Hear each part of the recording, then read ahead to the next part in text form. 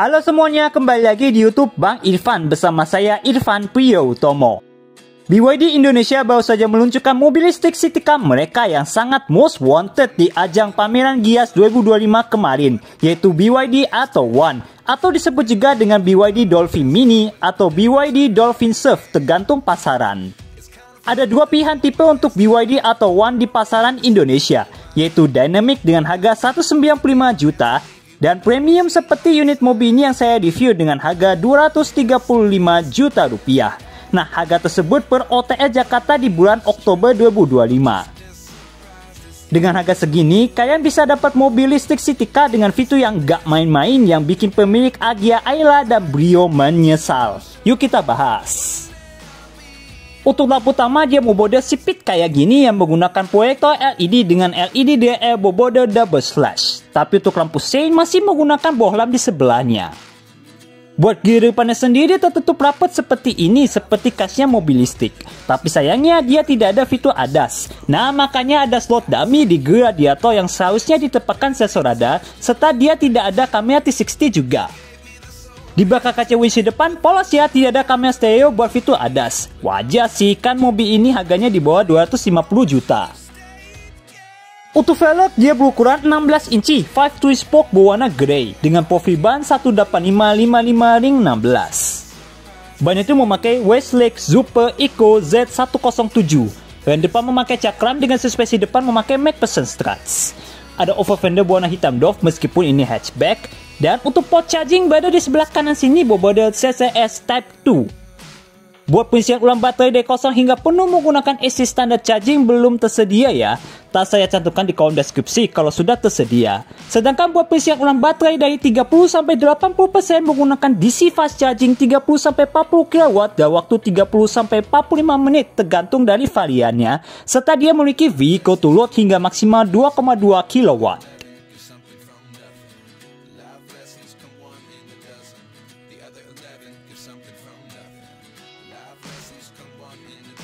Kaca spion warna body dengan NFC pad untuk buka kunci mobil menggunakan keycard. Dan lampu sein yang sangat kecil. Door handles warna body mode cungkil dengan akses maki mode pencet di pintu driver. Untuk rem belakang memakai cakram, which is sangat jarang di kelasnya dengan suspensi belakang memakai torsion beam. Sebelum ke belakang, kita bahas dimensinya. BYD Atto One memiliki panjang 3.925 mm, lebar 1.720 mm, tinggi 1.590 mm, dan wheelbase 2.500 mm. Nah, angka tersebut akan bertemu sama mobil listrik 4 pintu super compact, yaitu Citroen EC3, Neta V2, dan Wuling Bingo EV. Tapi kalau lihat harganya, Atto One ini bukan hanya lebih murah dibanding mereka, tapi dia bahkan lebih murah dibanding beberapa mobil listrik mikro 2 pintu seperti Ceres E1, VinFast VF3, dan Wuling REV. Gak hanya itu, buat varian terendahnya pun bahkan lebih murah dibanding mobil LCGC, yaitu Honda Brio Satya eCVT dan Toyota Agya GCVT. Wah, bener-bener gila gak sih? Buat lampu belakangnya sendiri, dia menggunakan LED untuk lampu senja, lampu rem, dan lampu mundur. Sedangkan untuk lampu seinnya menggunakan bohlam, serta ada LED light bar yang memanjang dari ujung ke ujung. Ada paki sensor belakang 3 titik, reflektor, diffuser belakang ala-ala berwarna hitam doff, fog lamp belakang halogen di tengah bumper belakang, dan tidak ada knalpot karena ini full listrik. Ada kamera mundur, lampu plat nomor LED, mantap. Tidak ada wiper belakang untuk mobil ini, tapi tetap ada defogger belakang. HiMOS stop lamp LED dan shark fin antena. Serta ini desain belakangnya secara overall. Overall, eksterior dari BYD Atto One ini terlihat tajam, ganteng, dan sporty, termasuk fascia depannya yang terlihat seperti baby Lamborghini Huracan. Oke, sekarang kita bahas powertrainnya.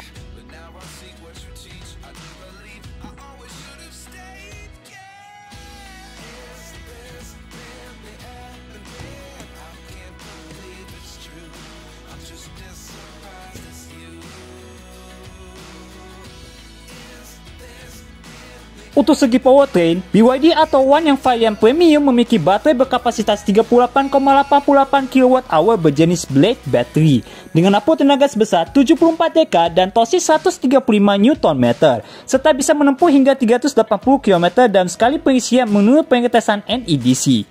Mobil ini diklaim bisa berakselerasi dari 0 ke 50 km per jam dalam waktu 4,9 detik, 0 ke 100 km per jam dalam waktu 14 detik, dan bisa meraih top speed hingga 130 km per jam. Itu cukup oke di kelasnya, tapi tidak sekencang mobil LCGC dengan mesin ICE, especially buat top speednya.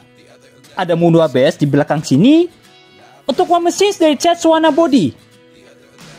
Begitu juga dengan kap mesinnya lengkap dengan peredam. Motor listrik ini disalurkan ke dua roda depan melalui transmisi single gear reduction. Sip, sekarang kita lihat interiornya. Untuk interior dominan warna hitam dan grey. Buat ban dot independen sendiri menggunakan plastik keras, baik di atas maupun di bawah. Dan soft touch, baik di tengah maupun di armrest. Di bawah ada speaker, tempat botol, dan door pocket.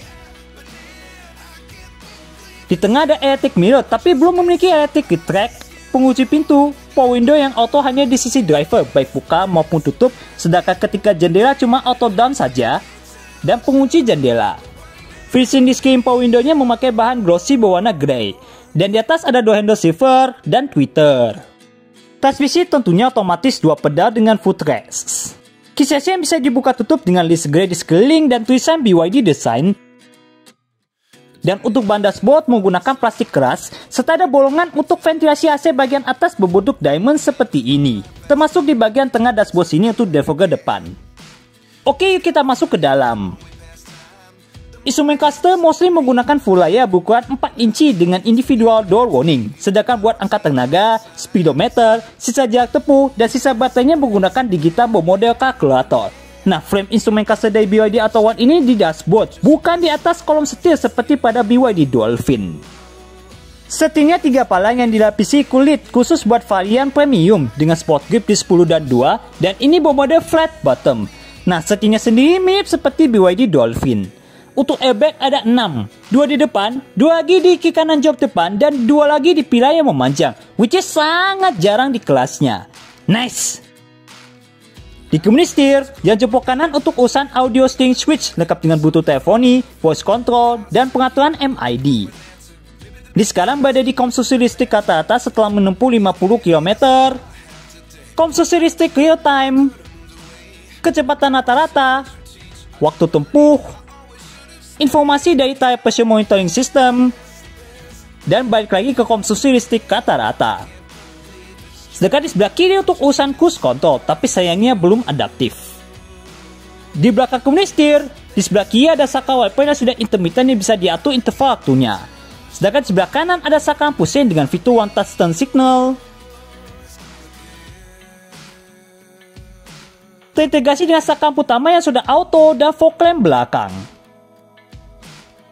Untuk pengaturan setir,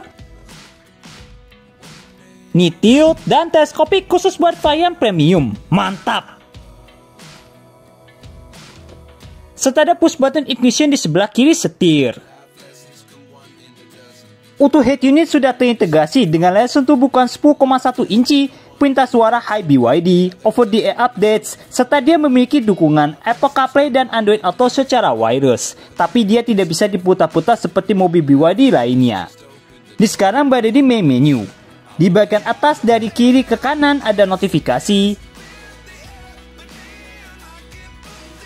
sinyal data, indikator Bluetooth, navigasi, media yang diputar, jam, dan bisa mengaktifkan voice assistant. Sedangkan di bawah, kalian bisa edit aplikasi apa saja yang mau ditampilin di home screen.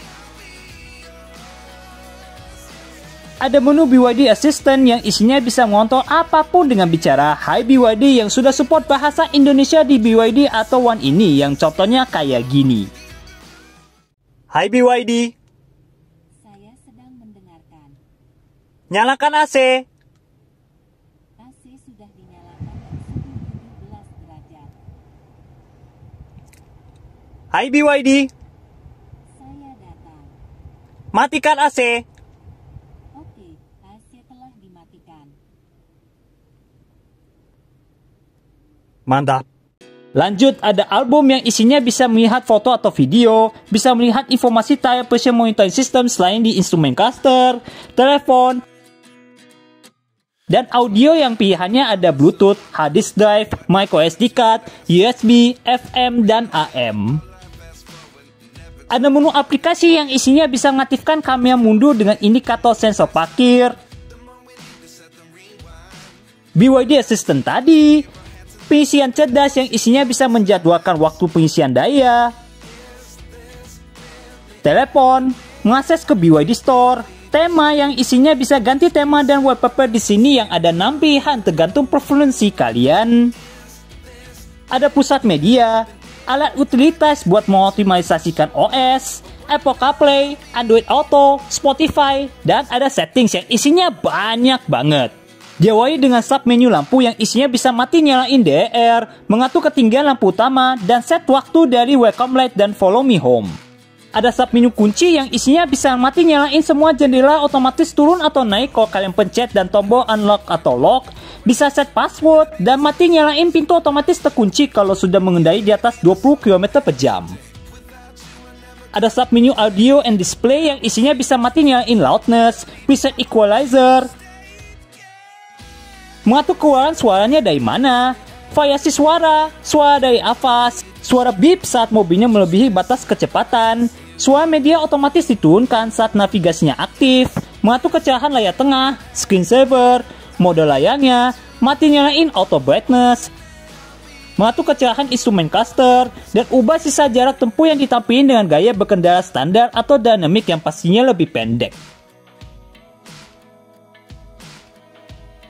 Ada submenu energi yang isinya bisa ubah kekuatan dari regen braking, menjadwalkan waktu pengisian daya tadi, mati nyalain port charging akan terkunci, bisa set berapa arus pengisian daya saat charging, dan bisa melihat konsumsi listrik berbode grafik setiap 10 menit, mileage, konsumsi listrik rata-rata, waktu tempuh, dan kecepatan rata-rata yang bisa kalian reset. Ada submenu kendaraan yang isinya bisa ubah bobot setir, sensitivitas rem, mati nyalain comfort parking untuk mengurangi nosedive saat parkir, stability control, trailer mode, auto hold dari electronic parking brake, serta bisa mati nyalain mobil otomatis nyala saat injak pedal rem kalau kuncinya udah di dalam, dan mobil otomatis mati saat pintunya dikunci. Ada submenu layanan yang isinya bisa set interval service dan menaikkan wiper kalau mau ganti. Ada submenu ADAS yang isinya bisa mati nyalain sensor parkir. Dan yang terakhir ada submenu sistem yang isinya ada pengaturan Bluetooth, Wi-Fi, hotspot, mati nyalain data seluler, mengatur jam tanggal, bahasa, keyboard, melihat versi software, melakukan software update, dan bisa reset ke pengaturan pabrik. Kalau kalian swipe dari atas ke bawah, kalian bisa matikan layar tengah, mengakses ke menu energi, mati nyalain Bluetooth, Wi-Fi, mengakses ke pengaturan audio, mengambil screenshot, mode suara, mode layar, mati nyalain defogger belakang dan pemanas kaca spion, data seluler, melihat perangkat yang terhubung, mati nyalain wireless charging, auto hold dari EPB, mode regen braking, serta bisa mengatur brightness dari layar tengah dan mengatur suara media yang bisa kalian edit. Nah, tambahannya ada stability control, mati nyalain lampu kabin otomatis nyala kalau pintunya dibuka, dan electronic parking brake. Di bawah layar tengah ada volume dial terintegrasi dengan tombol power, defogger depan, mati nyalain AC, tombol hazard, auto hold dari EPB, mati nyalain mode snow. Ada drive mode yang bisa kalian pilih antara eco, sport, dan normal. Serta ada penempatan gear shifter bermode elektronik. Kalau saya menundukkan mobilnya, maka kamera mundur dan indikator sensor parkir bakal nongol di layar tengah secara otomatis. Dan untuk park, tinggal pencet tombol P di sebelah kanan. Lanjut ke bawah, ada kisi AC 2 biji di dashboard tengah. Di bawahnya lagi ada konsol tengah bagian bawah yang besar lengkap dengan port USB Type-A untuk colking create unit, slot micro SD, port USB Type-C untuk charging, dan power outlet. Sedangkan di konsol tengah bagian atas ada Qi wireless charging khusus buat varian premium dari BYD Auto One ini, which is sangat langka di kelasnya, dan dua cup holder dengan ukuran yang berbeda-beda, yang bagian dangkal di bagian depan dan yang bagian paling dalam di bagian belakang. Armrest untuk penumpang depan menggunakan bahan soft touch, tapi nggak terlalu empuk sih. Yang sayangnya tidak bisa dibuka tutup untuk mengakses ke konsol tengah seperti kebanyakan mobil pada umumnya. Ya mirip lah seperti BYD Dolphin. Buat joknya sendiri, dia memakai bahan kulit sintetis berwarna hitam dan grey dengan motif perforated di tengahnya. Headrest untuk penumpang depan terintegrasi dengan jok yang cukup tinggi, jadi bisa menyandar kepala dengan aman tanpa mendangak, katanya Bang Sano dari Kamudi Indonesia. Seatbelt untuk penumpang depan sudah ditutup cover tapi tidak memiliki head adjuster, near back di pilar B,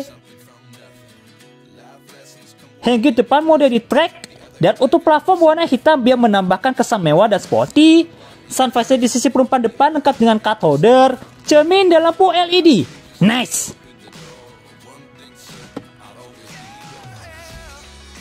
Spion tengah manual dengan daylight view, ya standar lah di kelasnya. Ada lampu baca LED kiri kanan untuk penumpang depan yang kerennya bermode touch sensitif seperti ini. Mantap! Sun visor di sisi driver lengkap juga dengan card holder, cermin dan lampu LED. Tapi di sisi driver tidak ada hand grip. Near back di pilar A, airbag di sisi penumpang depan. Ada bahan soft touch berwarna grey di dashboard tengah untuk menambah kesan mewah yang kebanyakan orang gak expect dengan harga 200-an juta kecil. Super nice! Untuk glove box, bagusnya sudah soft opening dengan penempatan P3K dan APAR di dalamnya. Serta ini layout dari Dolphin depannya. Oke, sekarang kita ke bangku belakang. Pengaturan jok pengemudinya elektrik 6 arah khusus buat varian premium, which is sangat langka di kelasnya. Serta ada airbag di kiri kanan jok depan. Unit BYD atau One yang saya review diimpor utuh dari China alias CBU.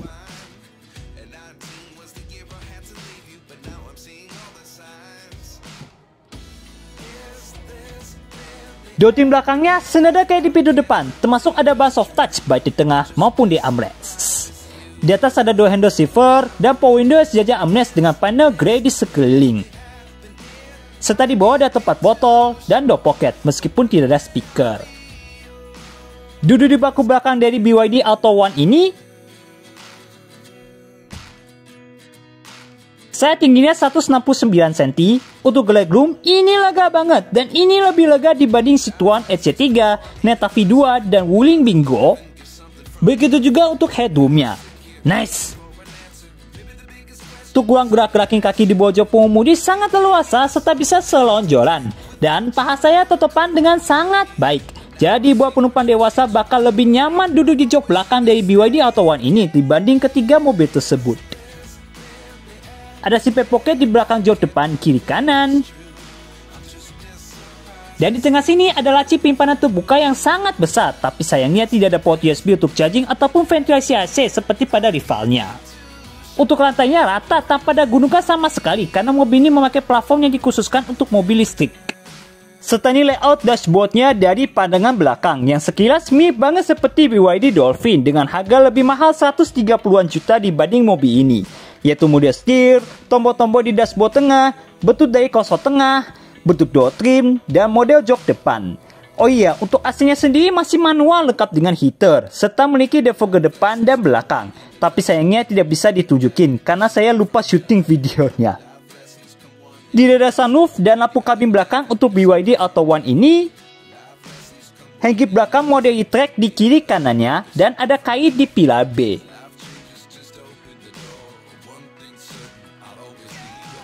Near back di pilar C. Seatbelt untuk penumpang belakang sudah ditutup cover. Headrest tiga-tiganya disebut untuk penumpang belakang, termasuk untuk penumpang tengah. Beda dengan Dolphin Mini atau Dolphin Surf yang headrest belakangnya hanya di kiri kanan saja, dan juga kedapatan seatbelt 3 titik semua. Tidak ada armrest untuk penumpang belakang. Tapi tetap ada ISOFIX untuk jok belakang kiri kanan, dan untuk lipatan jok belakangnya harus full, tidak bisa separuh-separuh. Jadi harus mengobatkan penumpang belakang kalau mau membawa bagasi berlebihan. Untuk lipat jok belakang, tinggal tarik tuas di kiri kanannya secara bersamaan. Untuk membuka pintu bagasi, tinggal pencet tombol elektris di atas plat nomor. Buat kapasitas bagasi dari BYD Auto One ini terlihat cukup oke kalau jok belakangnya ditegakkan. Kalau mau menambah uang bagasi lagi, kalian bisa melipat jok belakang kayak gini.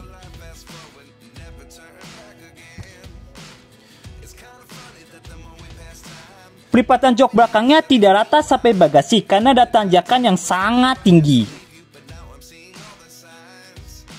Di dalam bagasi ada kabel V2L dengan 4 colokan dan ada portable charger yang ditaruh begitu saja. Seharusnya ini harus ditaruh di bagasi depan. Nah, makanya di bagian depan ada gap yang cukup gede yang memungkinkan bisa pasang laci penyimpanan secara aftermarket.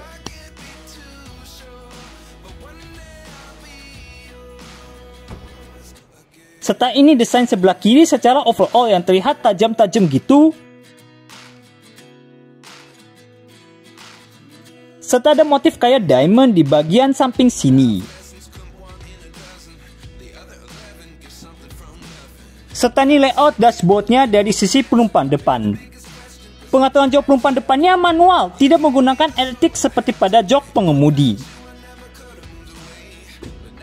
Kesimpulannya, kalau kalian mau mencari mobil listrik city car yang cocok banget buat kalian yang mau beralih ke mobil LCGC ke mobil listrik dengan eksterior yang berjiwa muda alias sangat sporty dan tajam, fitur yang sangat melimpah, bisa membawa 5 penumpang dengan nyaman. Kalau seumpamanya mobil ini mau dipakai buat taksol, dan powertrain yang cukup oke buat melibas jalanan perkotaan yang macet atau di jalan tol, tapi dengan harga tidak sampai 250 juta, maka BYD Auto One yang varian premium ini menjadi pilihan yang terbaik.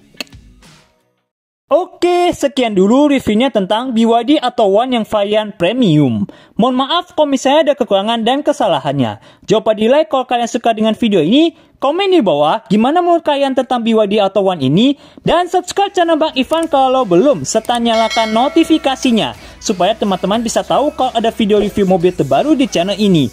Terima kasih teman-teman dan sampai jumpa di video saya berikutnya. Bye bye.